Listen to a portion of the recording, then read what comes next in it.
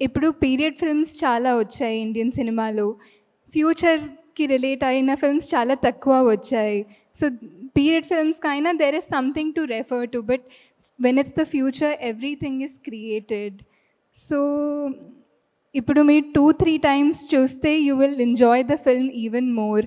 Even teaser చూస్తే కూడా there are so many little details into it which is been created so beautifully by Vignesh sir and his team.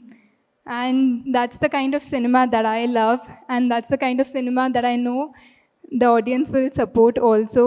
Cinema that so many people have come together for, so much effort has gone into. ఇప్పుడు April 10th వస్తుంది. Before రాలేదు ఎందుకంటే we put so much more work into it. ఇప్పుడు best తీసుకురావడానికి ఈ effort పెట్టాము.